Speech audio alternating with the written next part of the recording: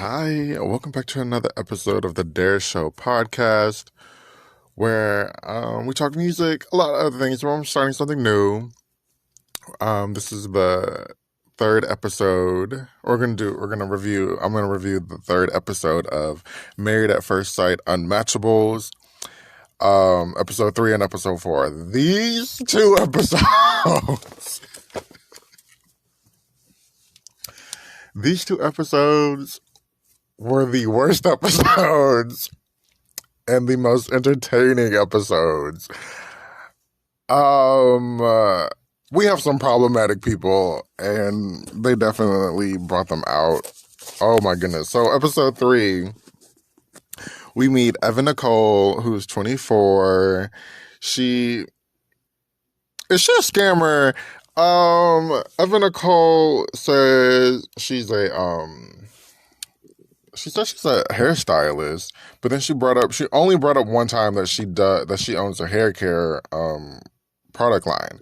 So I don't know about all this. She says she's only 24 and she started working at 19, and she's been making six figures since she was 19. She's a hair guru, whatever. Evan Nicole is very picky. She doesn't like short men. She doesn't like bad breath. She does love, though, some feet. Now, keep this in mind because we're going to talk about the feet later. She's very bossy. She's very interrogative towards her dates. Whoever she's talking to, whoever she's on a date with, she's very let me ask you all about your business. And so she was very contradictory. It's kind of confusing. She loves the bathroom. That's where she seems like, I think she does work the most. Now it doesn't make sense because I thought she was a hair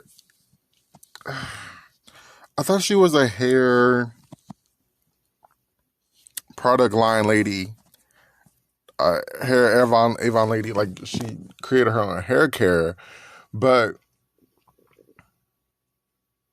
why is she a hairstylist? I don't know. It didn't make sense. She said she loves the bathroom. She loves to eat in the bathroom. She downplayed it, definitely. She's like, if I have a granola bar and I'm just eating it and I just happen to walk in the bathroom, I will finish it in the bathroom. She loves to, talk on the phone in the bath. Like, I love my bathroom. I think I've always loved bathrooms, but my bathroom where I live currently is probably my favorite place because it's so seemingly quiet. It's just peaceful. Like, it doesn't have windows, which I think about it, I've gotten used to, but it doesn't have a window. But it's just like peaceful, and the toilet is very comfortable. And it's just like gives me peace. It's very peaceful, and it can be quiet in there at times, even though my walls are thin. But anyways, I understand the bathroom thing, but I'm not eating in the bathroom. I'm not, taking phone calls and all that mess in the bathroom. But anyways, then we meet Clyde. Clyde, who is 30. He's a clean freak. He has OCD. I think he has a little bit of OCD, but I know somebody who has OCD, and what Clyde was doing was like cleaning OCD compared to like I gotta have everything in order or OCD. Well, maybe it was a little bit of both, but I feel like his OCD was borderline like the actual OCD. He didn't say he had OCD, but it's definitely coming off as OCD. He didn't really have anything. Mostly, that was pretty much his thing. He was just like OCD and a clean freak. So then, and his clothing. His clothing. He was wearing like, I call them church shoes, but they're like the pointed toe shoes, or like church, like casual, what am I trying to say? The shoes you wear like if you're a professional, like business attire shoes. I call them hallelujah shoes. That's like my little thing since I was a kid. And he was wearing Hallelujah shoes and jeans. I was like, what is going on here? Um, so Evan Nicole, she thinks women are more advanced than men. That's why she, interrogates men. She was like, I talk to men. Men don't have anything to say, so that's why I have to like take the conversation over and like get to the point. She's 24.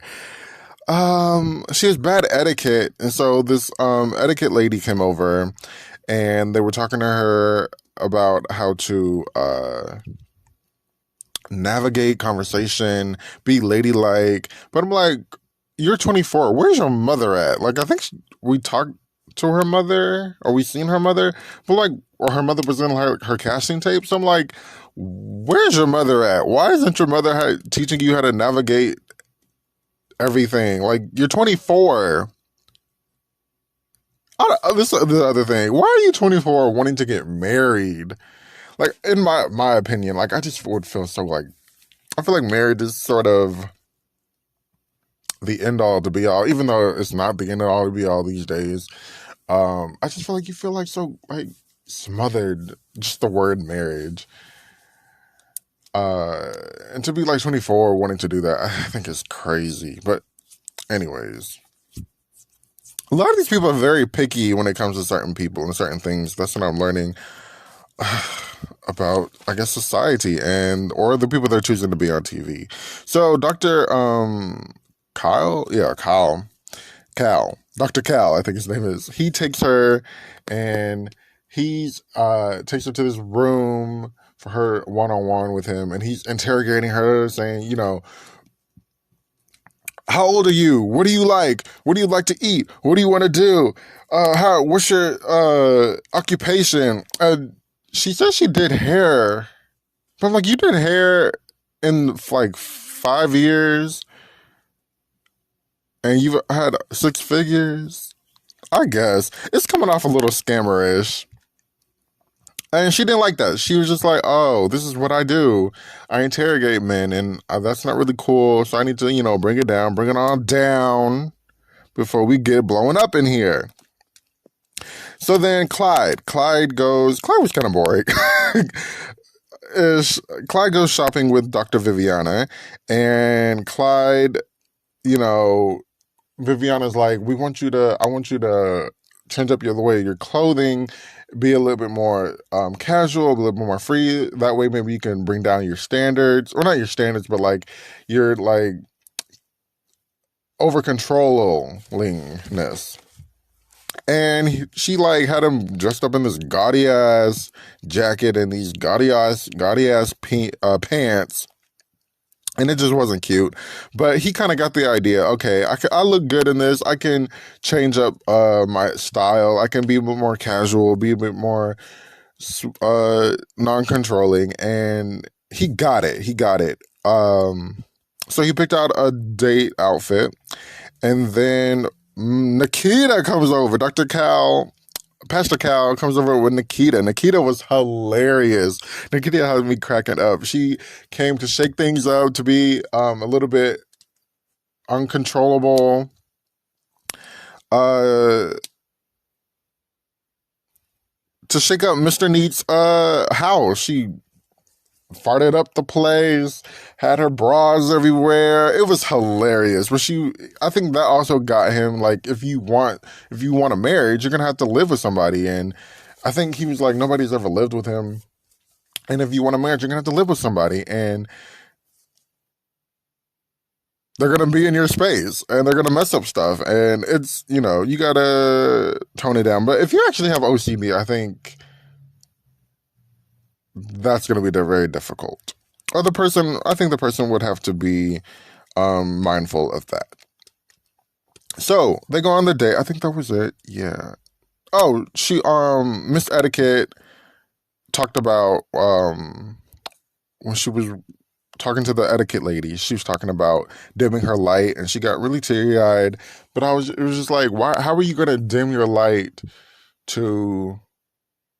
You're going to avoid talking about yourself and call that dimming your light in order to talk about get to know interrogate the other person and sort of get to the point. So it's just kind of a little bit contradictory in my opinion. So then go to the skating rink, and they were a cute couple. I liked his clothing. He picked out very good a very good date attire. He had like these green shoes with this like green and brown and black sweater print, and then these like kind of black ripped up jeans. He looked really good. She looked really good. They looked really good together when they were like media. They looked really good together. She's very beautiful and cute on her own, but they really looked good together. I was like, okay, this could probably work. Because they're both, picky. They're both clean. I mean, if you're going in the bathroom, you got to be clean. So I thought this was gonna work really well.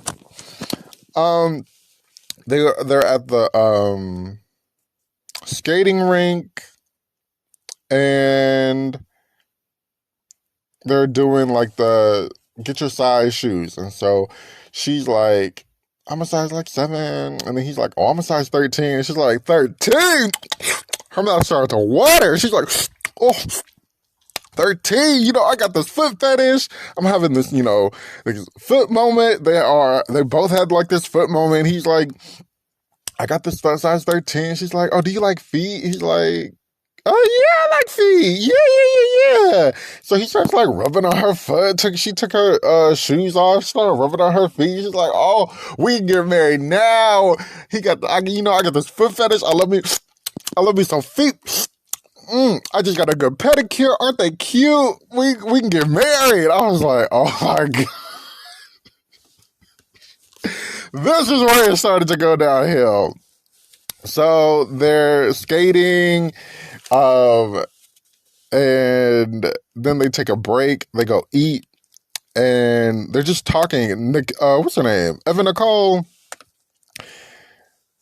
She kind of let the fourth wall down. She was like, okay, so what was your thing that they had you working on? He was like, well, he started like cleaning up, and like, I didn't necessarily get that she was getting like the interrogating thing. I think she was just like talking, or maybe it kind of was, but I kind of didn't feel like it was the interrogating part, where she's like talking, and she's like, her thing really was the etiquette. She started smacking food everywhere, dipping and dapping in his food. And she's like, no. He's like, he kind of did well, better than her, I think. Because her etiquette was just out of the window. She's like, what were they working on with you? Oh, you clean it? Oh, that was your thing? You got OCD? Oh my God. And I got a foot fetish. Ah! Yeah, her etiquette left the building as his OCD kicked in as her etiquette left the building. She was talking too much, or I guess that's how they perceived it. She was talking too much. He was like, well, "How would you feel if we changed my name if we had kids?" She said she wanted like 3 to 4 kids. She looked like she got 3 to 4 kids already. But anyways, he was like, "Well, how would you feel if we named my son Clyde Jr. or Clyde the Fourth?" She was like, "Clyde? That's old ass." I was like, God. I was like, I cannot. But they were actually a very cute couple, or they look cute together. I think they would go together very well if he really switched up his clothing. The OCD, I don't think you can really change, like I said. They said they went on a second date, and then that they're still talking today. So that's very interesting on Evan Nicole and Clyde. Like I said, I actually think that would work if the excessiveness wasn't so excessive. Like if we know she, was on the bathroom, she was spending her time in the bathroom a lot, which he was very uncomfortable about finding out.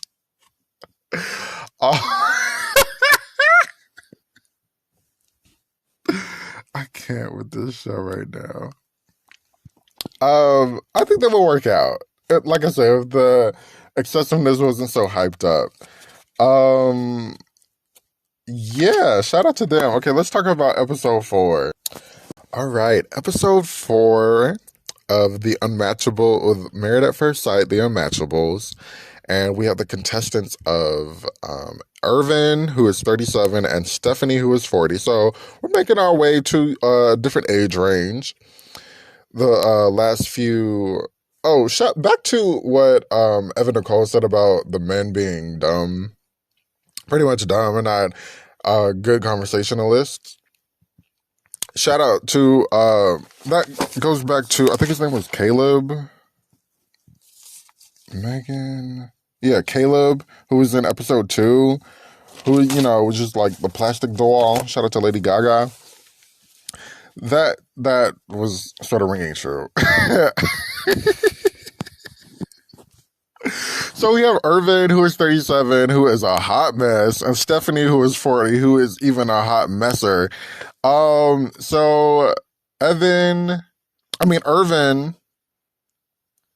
37, is a serial ghoster. He's been engaged 4 times. 4 times. He's very picky, again, like the rest of these people. He wants a person with no kids, no makeup, because he feels like you're lying to him. If you're from Jersey, if you're from the DM, if you're from Maryland, if you're from Jersey, if you're from Philadelphia, he don't want to mess with you because you're probably hood too ghetto for him. He's a strict vegan. He's a personal trainer. I think he said he owns his own business. His house looked empty as fuck. I was very confused about what was going on there. I'll talk about that in a few seconds. Let's talk about Stephanie. Stephanie is gorgeous. Stephanie is 40. She looks like she's Kim Phil. She looks like Kim Phil's sister, like a twin. Like, whoa. She's very high maintenance, but she's her own, business owner. She owns a bartending company, and then she owns an online boutique, as Andrew Caldwell calls it. She has not been in a relationship in 8 years. She wants a provider. They call her the sugar baby. Now, the thing about Stephanie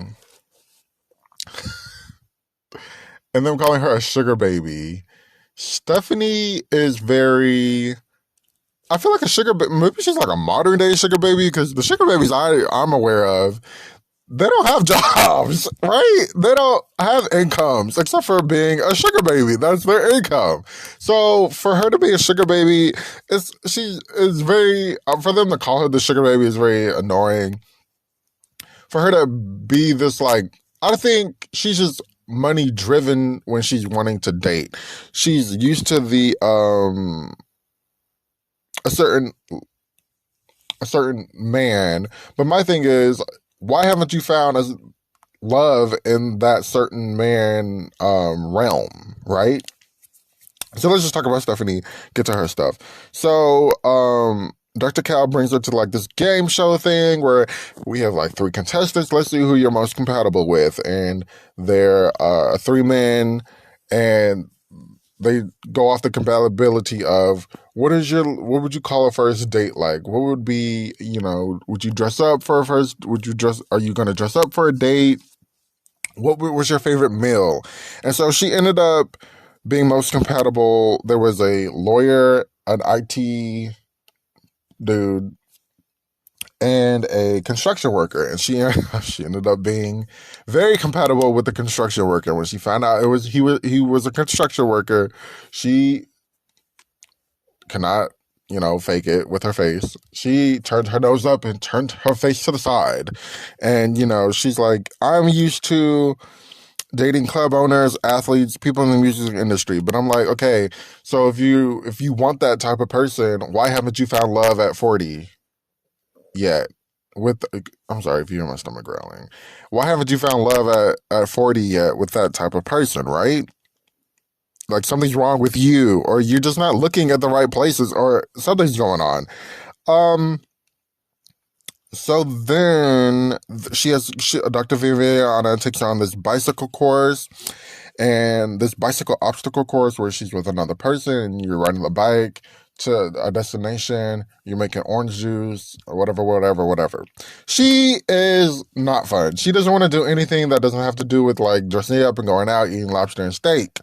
So she flops and whoever wins gets to go on this date. So there's this other couple there and she's partnered up with this single guy. She does not want to ride the bike. She doesn't want to give effort. She didn't even want to do it in the beginning. She's like, I'll just can you just give the gift card to them and they can just go on the date. And he's like, well, I want to do it. And, they were trying to teach her, you're not bringing anything to the table. You're not bringing any effort. You're not bringing anything to the table. You're being selfish. I was just like, oh well. So then we have Mr. Irvin. Irvin's house looked very empty, but he's a vegan, so he doesn't eat, everything. It was like no appliances, no pictures on the wall. It's just like a bed, a table, some chairs. The refrigerator had like 3 buckets of fruit in it. That was it. It was very like minimalistic, very weird. He could have been, I thought he was African, but he's not African. I really thought he was African. He was giving off like this African pride. Like, you can tell me shit. My shit is the best. And he couldn't believe he was unmatchable. But now everybody can't believe that they're unmatchable. But y'all gotta know you're on a show called Married at First Sight, The Unmatchables. But he really took like, oh, you really think I'm unmatchable? Child, please, get the fuck out of here.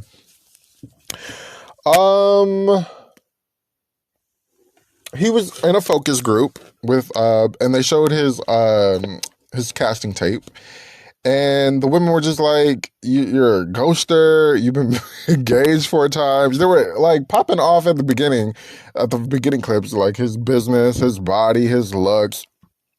But then when you get to know Irvin, you get to see how much of a mess he was, and it was just like, yikes. And they were like, you're not good. You need to change up the way you're doing things. And he's just like, some of the suggestions were nice, but other than that, I'm going to keep doing me. So then Dr. Cal brings him to this room, and he's like, all right, we got to bring in the heavy hitters. And he ends up talking to his mother and his cousin. And his mother is like, I didn't raise him up to be that way. A serial ghoster, I think, when he started dating women, I'm not gonna lie, some of these men out here are very how you doing, or they're chasing from the how you doing or something. I don't know. Maybe it's just the, Atlanta Southern hospitality that men have. Is he how you doing, or is he just, a Southern gentleman? I don't know. But his mother was like, when he started dating women, he would always do these things to try to impress them or try to make them feel good. And when they would not be appreciative of it, he started to build this wall up. So now he has this wall built up. He also was 200 pounds. And so he's like, growing up, there was only, a certain type of woman that would want a 300-pound man. So now I don't know what that had to do with anything. Or I didn't make the correlation of why he built this wall up. But he has this wall built up. So he seemed like he was going to make a change. After that, he really seemed like he was going to make a change. So they go on this date to this painting thing, him and Stephanie, Miss Kim Fields. And he seemed very open, very ready to, open and honest, very ready to go. He walks in, she looks not interested. Her first impression was just like, oh, hi, okay. Okay, here we go. So they're like, what are we here to do? He's like, I don't know. So they just started painting. So the painting instructor comes in and is like, you're here to do like paint on each other. So he's like, okay, I'm down. Let's get it. Let's go. I thought he was going to take his shirt off, show her the abs. I thought she could be like, oh yes. But she was still, like, no, we're not painting. Let's paint on the walls like we're supposed to, like normal people. She's very like not here to do fun stuff. She's very like stuck up in a way. And it was just like, ugh. she's very money focused, money driven when her dating. So she was getting to know him. She didn't say he didn't, say he owned his business. He said he was a personal trainer. She was very turned off. Then it started to go downhill. And they started to roast each other, you guys.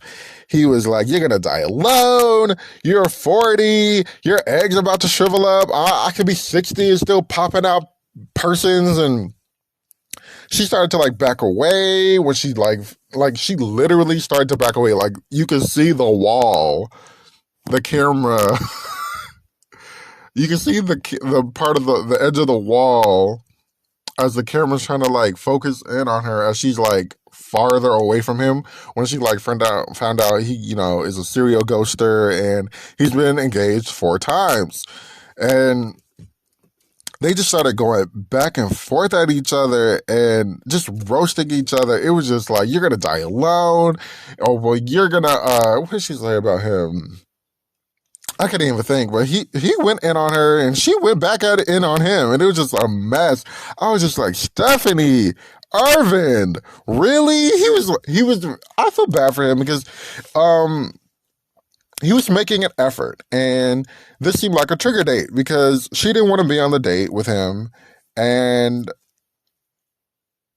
well, after she found out, her money hungry ass. And he's like, "Well, what are you bringing to the table?" She's like, "Well, I'm a ride or die," as she's painting. And, she just wants an allowance and she likes Botox and shit. So it's like, you want a man and you're in this field that you're sort of working in, but yet something's wrong because you're not finding love. So he walks out and she's like, "He was a bitch and I could date myself. Like, I don't need him." It was a mess. She's money focused. I felt bad for him though. But in the end, we found out, that she's in a happy relationship, as they say. And he met up or he rekindled stuff with his ex fiance. Um, this was a flop. I think this was the more flop. Yeah, this was the worst flop so far. But episode 3 with, what's her name? Evan Nicole and Clyde, they were okay. They were not as a flop, I think. So yeah, thanks for listening to the Dare Show podcast. This episode of the Married at First Sight, the Unmatchables, episode 3 and 4. I have episode 1 and 2 out already, so you can go ahead and take a listen to that. Thank you for listening. I know I'm late. Like I said before, Hulu just, I think, dropped them, or I just became noticeable, aware of them being on Hulu. And I think they've been out for a year now, so shout out to that. And shout out to you for listening. I have so much more content on YouTube, on Spotify. Just click around, on Apple Podcasts, on Google Play. Thank you for listening. Oh, yeah.